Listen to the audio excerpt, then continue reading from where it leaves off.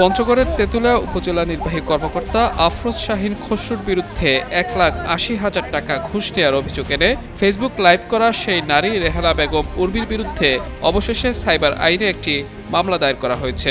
বুধবার তেঁতুলিয়া উপজেলা প্রশাসনের চুক্তিভিত্তিক কর্মচারী মনোয়ার হোসেন বাদী হয়ে এ মামলা দায়ের করেন। মামলায় রেহানা বেগম উর্মি সহ অজ্ঞাত আরও 6 জনকে আসামি করা হয়েছে।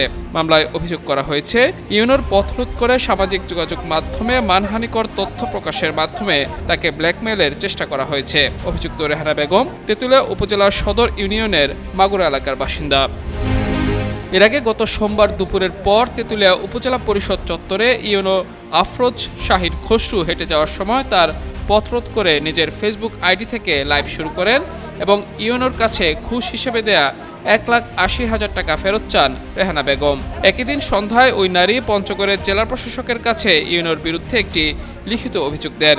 অভিযোগে তিনি বলেন, তার ছেলেকে গ্রাম পুলিশে চাকরি দেওয়ার কথা বলে ইউনো আফরোজ শাহিন খসরু তার কাছ থেকে 1,80,000 টাকা ঘুষ নিয়েছেন। অভিযোগে আরও বলা হয়, ওই টাকা ফেরত চাইলে তাকে বিভিন্নভাবে হুমকি দেওয়া হয়। তবে পঞ্চগড়ের অতিরিক্ত জেলা প্রশাসক SM ইমাম রাজি টুলু জানান, উভয় পক্ষের বক্তব্য যাচাই বাছাই করে প্রাথমিকভাবে রেহানা বেগমের অভিযোগের কোনো সত্যতা পাওয়া যায়নি। এদিকে ওই নারীকে গ্রেফতারে অভিযান চলছে বলে জানিয়েছে পুলিশ।